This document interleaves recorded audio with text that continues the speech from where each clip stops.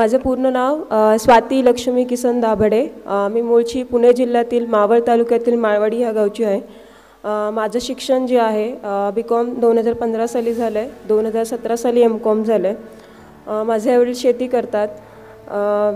स्पर्धा परीक्षांचा म्हणजे मी पहिल्यापासून MPSCमध्ये डेप्युटी कलेक्टर ही माझी ड्रीम पोस्ट आणि त्या दृष्टीने अभ्यास करताना मी MPSCच्या इतर काही ज्या सर्व एक्झाम की ज्याला मी पात्र होते त्या सर्व एक्झाम दिल्या आणि एकंदरीत मला 6 पदं मिळाली.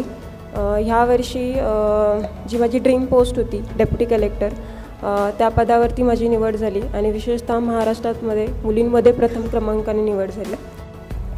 एकंदरीत अभ्यास करतानाच्या जर अडचणी बघितल्या तर खूप साऱ्या म्हणजे मी ह्याला डिवाईड करेल. म्हणजे ज्यावेळेस तुम्ही स्पर्धा परीक्षांचा निर्णय घेता करण्याचा तर सुरुवातीला तुम्हाला काय अडचणी येतात, अभ्यास केल्यानंतर म्हणजे अभ्यास प्रोसेसमध्ये चालू आहे तर त्यावेळेस काय, आणि ज्यावेळेस एखादी एक्झाम देतो मग त्याच्यामध्ये सिलेक्शन होत नाही किंवा कंटिन्युअसली 2-3 वर्ष त्या प्रोसेसमध्ये आहोत, प्रिलियम्सच निघत नाही तर येणाऱ्या अडचणी काय आणि त्या कशा आपण त्यांना सामोरं जायचं तर ह्याच्याविषयी आज मी बोलेल.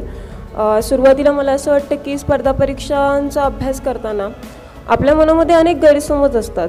म्हणजे गैरसमज इन अ सेन्स की काहींचं असं असतं की माझी आर्थिक परिस्थिती नाही आहे किंवा मी एका ग्रामीण भागातून येतो आहे, माझे आईवडील शिकलेले नाही आहे आणि मी ह्या स्पर्धेत कसा निभावं लागणार. किंवा काहींचं असं असतं की कॉम्पिटिशन खूप आहे, 4-5 लाखांमधून कुठेतरी 100-200मध्ये सिलेक्शन होतं तर अशामध्ये मी कुठं टिकणार किंवा अशामध्ये माझा कसा कस लागणार. तर मला असं वाटतं की ज्यावेळेस तुम्ही स्पर्धा परीक्षांचा अभ्यासाची तयारी करण्याचा निर्णय घेता तुमच्या डोक्यामध्ये एकच गोष्ट पाहिजे की तुम्हाला तुमचे 100% देता आले पाहिजे. 100% इन अ सेन्स की मी असं म्हणेल की जो अभ्यास करताना देत आहे तर स्वतःशी प्रामाणिक राहायचं आहे तुम्हाला की मी किती वेळ अभ्यास करतो आहे, किती वेळ वेस्ट घालवतो आहे किंवा ज्या काही मी चुका करतो आहे तर त्याचं ॲनालिसिस मला करून मला पुढे त्या इम्प्रूव्ह करायचे ते. तर एकंदरीत जर गैरसमज जर बघितले तर अनेकांचं असं असतं की उशिरा तयारी करतो आहे. म्हणजे काही मुलं 10वी-12वीपासूनच तयारी करतात आणि मी तर ग्रॅज्युएशन झाल्यानंतर तयारी करते. माझ्याकडे जर तुम्ही बघाल तर मी आफ्टर ग्रॅज्युएशननंतर तयारी केली. म्हणजे ग्रॅज्युएशनच्या काळामध्ये MPSC म्हणजे काय फुल फॉर्म एवढाच माहिती होता, त्याच्या पलीकडं काही माहिती नव्हतं. त्यामुळे माझं सांगण्याचा उद्देश इथे आहे की MPSC किंवा कोणत्याही स्पर्धा परीक्षांमध्ये उशीर हा कधीच नसतो. तुम्ही कधीही तयारी करा, तुम्हाला 100% दिले तर तुम्हाला यश मिळेल. मी स्वतः ग्रॅज्युएशननंतर ह्यांची तयारी केली आणि 1-2-2.5 वर्षाच्या कालावधीमध्ये मला हे यश मिळाले. दुसरं अनेकांचं असं असतं की एखाद्या टप्प्यावरती म्हणजे विशेषतः मुलींच्या बाबतीत म्हणेल की एखाद्या टप्प्यावरती शिक्षण थांबतं. म्हणजे काही मुलींचं लग्न होतं आणि त्या एका पर्टिक्युलर टप्प्यावरती शिक्षण थांबतं आणि पुन्हा मग असं काही करिअर करायचं असेल तर मग कसं करू. मी एक अशी आहे की जी 12वी नंतर 4 वर्ष घरी होते आणि त्याच्यानंतर पुन्हा ग्रॅज्युएशन केलं आणि पुन्हा अभ्यास केला. सो मी असं म्हणेल की एका टप्प्यावरती जेव्हा तुमचं शिक्षण थांबतं ना तर आपण त्या गोष्टीचा जास्त भाव नाही करायचा. तुम्हाला ज्यावेळेस तुम्ही पुन्हा स्टार्ट करणार आहात अभ्यास तर त्यावेळेस ती संधी असते तुमच्यासाठी पुढे जाण्यासाठी, त्या संधीचा जास्त विचार करा. मागे तुम्हाला काय अडचणी येईल ह्याचा विचारपेक्षा पुढे तुम्हाला काय संधी मिळणार आहे त्याचा जास्तीत जास्त विचार करा. आता हे झालं एक गैरसमज. मी असं म्हणेल की पुढचं काय असतं तर अभ्यासाला सुरुवात करणार आहे, स्पर्धा परीक्षांचा मी निर्णय घेतला आहे. पण निर्णय घेताना मी असं म्हणेल की कुणी सांगतंय म्हणून नका घेऊ कधी. म्हणजे आईवडील म्हणतात किंवा बाकीचे आता सध्या तो ट्रेंड आहे MPSC UPSC करण्याचा आणि अधिकारी होण्याचा, सो मीही तसं करेल. तर असं नका करू. तुम्हाला स्वतःला मनाला काय वाटतं आधी की ते आधी बघा. म्हणजे ज्यावेळेस तुमच्या आतून असेल ना त्यावेळेस ते आतून तयारी होते, तुम्ही तिथे 100% देता. त्यामुळे स्पर्धा परीक्षा करण्याचा निर्णय हा तुमचा आहे की इतरांचा आहे हे आधी स्वतःला विचारा आणि त्याच्यानुसार निर्णय घ्या. आता पुढचा मुद्दा असतो अनेकांचा क्लास लावायचा की नाही. हा प्रश्न वैयक्तिक पातळीवरचा आहे प्रत्येकाचा. म्हणजे क्लास लावल्याने यश मिळतं किंवा क्लास न लावल्याने यश मिळतं असं काही नाही आहे.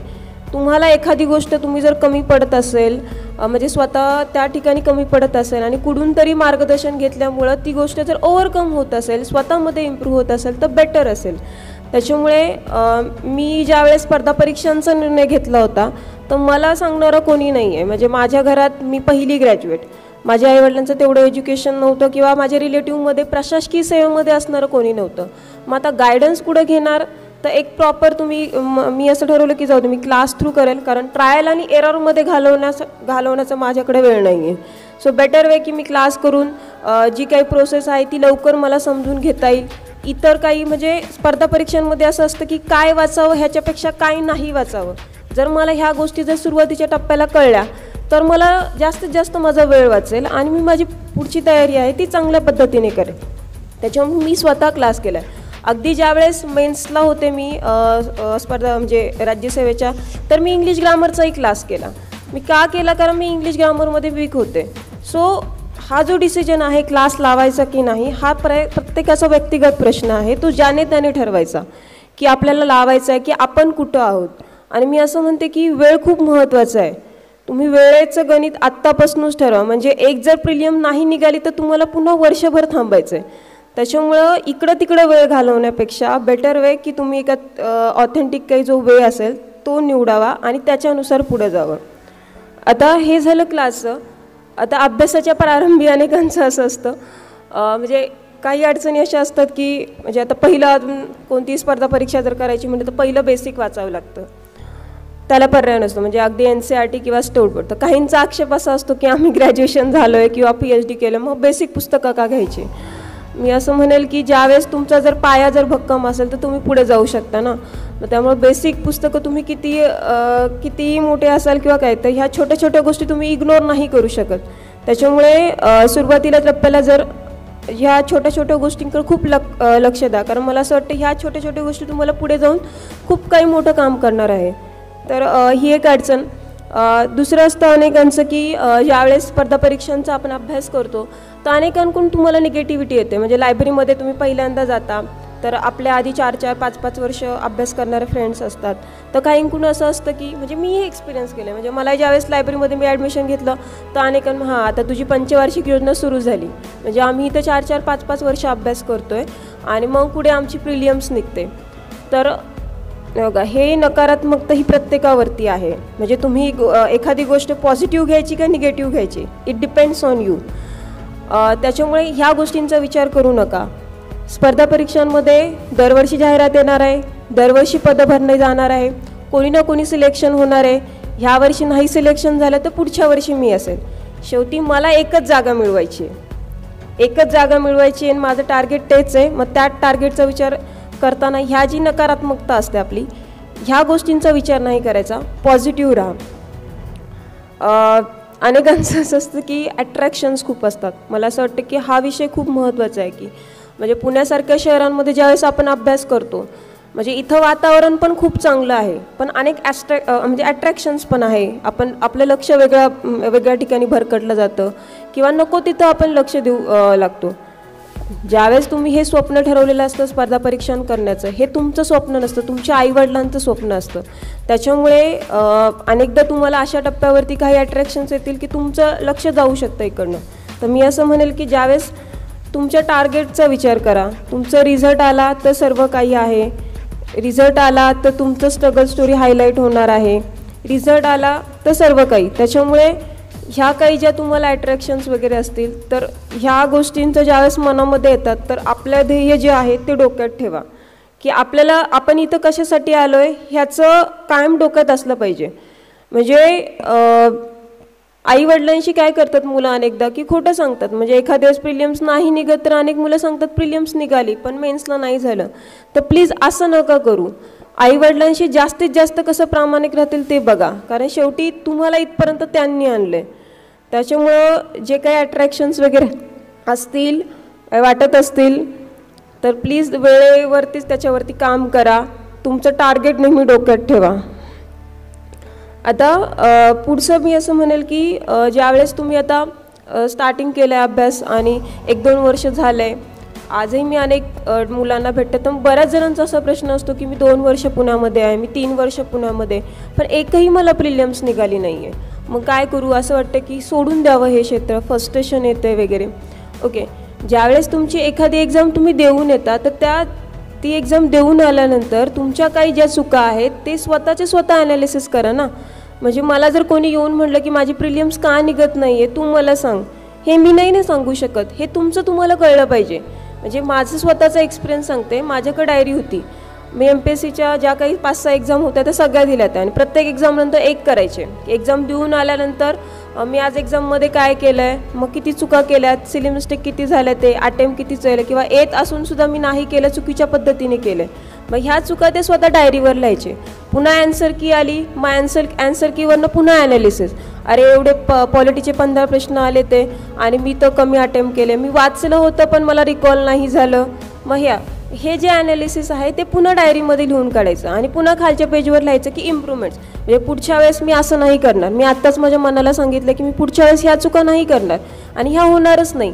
त्यामुळे पुढच्या एक्झामला जाताना परत आदल्या दिवशी ती डायरी वाचायची की नाही, मागच्या वेळेस ह्या चुका झाल्या होत्या आणि आता मी ह्याच्यावरती काम केलं आणि उद्याचा जो पेपर आहे त्याच्यावर मी ह्या चुका अजिबात होऊन नाही देणार. सो असं मी स्वतःला असं इम्प्रूव्ह करत गेलं तर मी असं म्हणेल की ज्या चुका आहेत ना ते स्वतः जज करा, स्वतः त्याच्यावरती काम करा, तर पुढे तुम्हाला बेनिफिट असेल. कुणी तुम्हाला असं येऊन तुमच्या चुका नाही सांगणार. सो की स्वतःच्या चुकांचं जास्तीत जास्त जेवढं तुम्ही ॲनालिसिस करा, स्वतःला जेवढं इम्प्रूव्ह कराल तेवढं ह्या प्रोसेसमध्ये तुम्ही पुढे जाल. आता अनेकांचा प्रश्न असतो की नाही आता मग 1-2 वर्ष झाले, मला फ्रस्ट्रेशन येतो आहे, काय करू, मी तर हाच प्युअरली डिसिजन घेतला होता की स्पर्धा परीक्षा करायचा. तर मी ह्या टप्प्यावरती म्हणे की तुमचा प्लॅन बी काय आहे.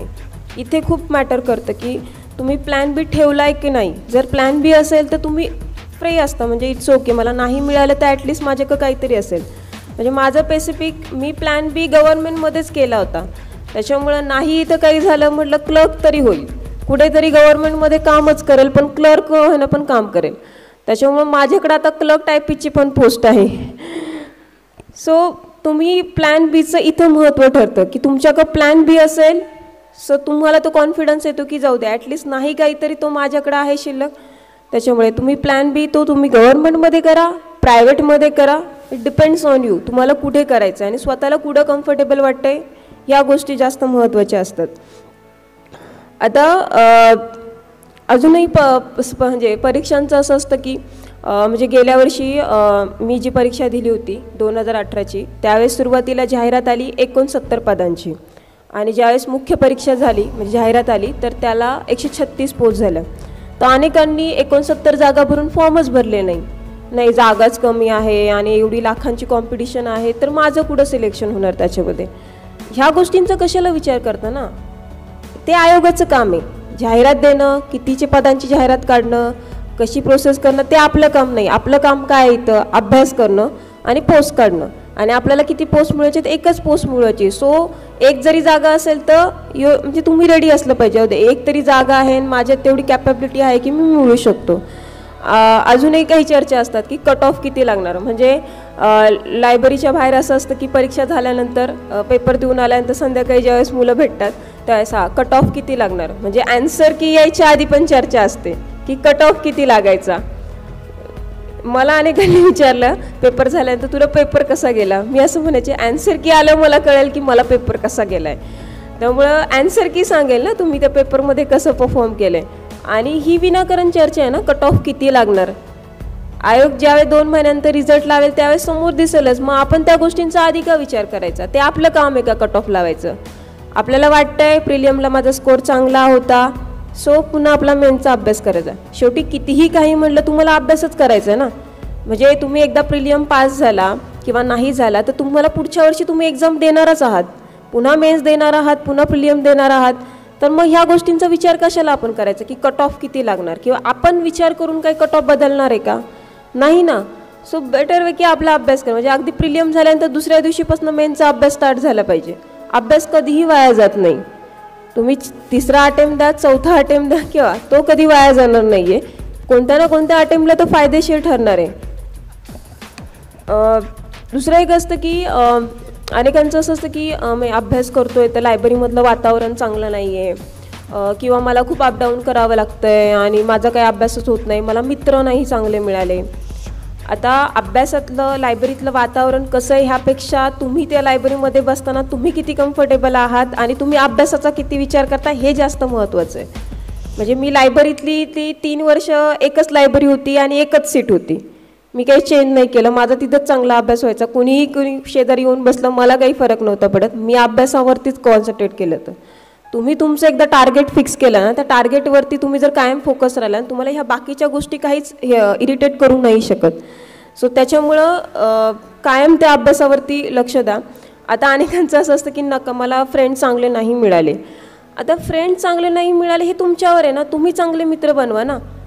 म्हणजे फ्रेंड चांगले नाही, मग तुम्ही चांगल्या गोष्टींची त्यांच्याशी चर्चा करा, चांगल्या अभ्यासाशी रिलेटेड गोष्टी बोला, मग आपोआप ते कसे निगेटिव्ह फ्रेंड्स होतील ना. अनेकांचं ग्रुप डिस्कशनबद्दलही मतं असतात की आम्ही ग्रुप डिस्कशन करतो पण काय तेवढं फ्रूटफुल होत नाही किंवा बेनिफिशियल नाही होत. बघा, ज्यावेळेस तुम्ही ग्रुप डिस्कशनचा किंवा ग्रुप स्टडीचा ज्यावेळेस निर्णय घेता तर तुमच्या ग्रुपमध्ये तुम्ही किती सिरियस आता ह्याच्यावरती डिपेंड आहे ना. म्हणजे आता ग्रुप स्टडीचा निर्णय घेतला आपण आणि सगळे बसलेत आणि 4-5 तास वेगळ्याच विषयावरती चर्चा चालू आहे. सो हे असं नाही ना.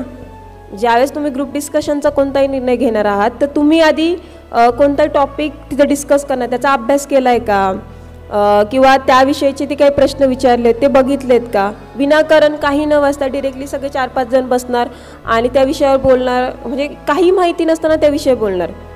म्हणजे मीही ग्रुप डिस्कशन केलं आहे पण एक लिमिटेडमध्ये केलं आहे. म्हणजे 4 तास अभ्यास करायचा तेव्हा अर्धा तास कुठं ग्रुप डिस्कशनमध्ये बोलायचं. तर ती एक प्रत्येकाची पद्धत असते. आणि मी शेवटी हे सगळं मी असं म्हणते, तुम्हाला कितीही अडचणी असल्या ना, कितीही काही असलं ना, हे स्वतःवर डिपेंड आहे. आणि तुम्ही मेरिटचा किती विचार करताय, अभ्यासाचा विचार किती करताय आणि रिझल्टच्या दिवसाचा किती विचार करताय हे जास्त महत्त्वाचं आहे. शेवटी मी नेहमी असं म्हणते की आपण बोलण्यापेक्षा आपला रिझल्ट बोलतो. म्हणजे माझी सक्सेस स्टोरी, मी दररोज तळेगाववरनं पुण्याला अपडाऊन केलं आहे किंवा काय काय केलं आहे किंवा आधी काय गॅप केली, हे महत्त्वाचं नाही ना. महत्त्वाचं काय झालं आहे, आज माझा रिझल्ट आला आहे, मला पोस्ट मिळाली म्हणून हे सर्व काही हायलाईट होतं आहे. म्हणजे जो स्ट्रगल आहे तो तुमचा रिझल्ट नंतर हायलाईट होणार आहे. त्याच्यामुळे प्रत्येक दिवशी प्रत्येक वेळी अभ्यास करताना त्या रिझल्टच्या दिवसाचाच विचार करा. मग तो प्रिलियमचा रिझल्ट असेल, मेन्सचा रिझल्ट असेल किंवा इंटरव्ह्यूचा रिझल्ट असेल, प्रत्येक वेळी तो तुमच्या डोक्यामध्ये फक्त रिझल्ट आला तर सगळी काही स्वप्न प्रत्यक्षात येतील, ज्या काही सगळ्या मी अडचणी फेस केल्या ते त्या पुढं मला येणार नाही आहे. त्यामुळं मनामध्ये तुमच्या कायम रिझल्टचा दिवस ठेवा. आणि मी असं नेहमी म्हणते की स्वतःचे लाड नका करू.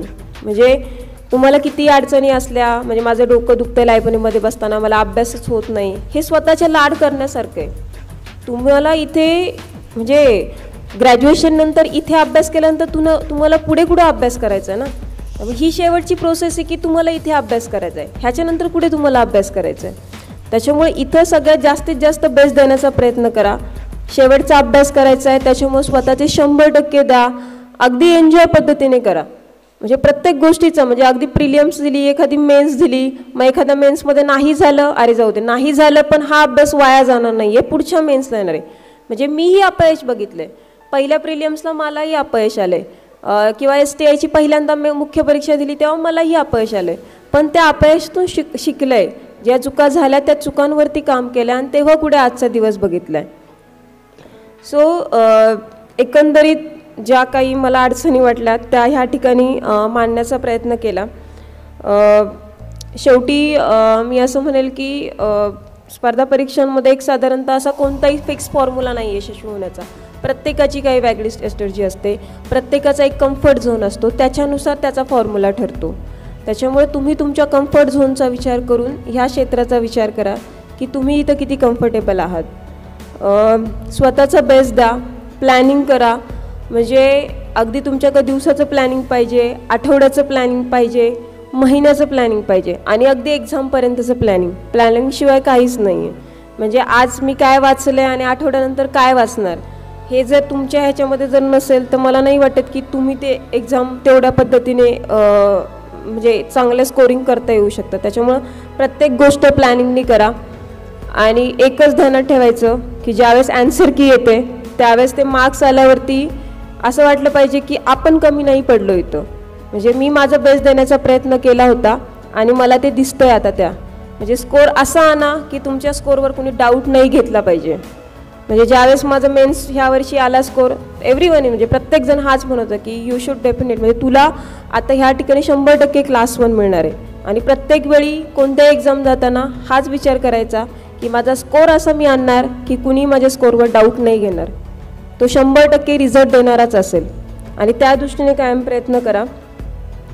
बाकी सर्वांना ह्या ठिकाणी इथंही मान्यवर बोलतील तर माझ्या पद्धतीने मी हे सांगण्याचा तुम्हाला हा एक छोटासा प्रयत्न होता. त्यामुळे सर्वांना ह्या प्रोसेससाठी माझ्याकडून खूप खूप शुभेच्छा आणि ऑल द बेस्ट. थँक्यू.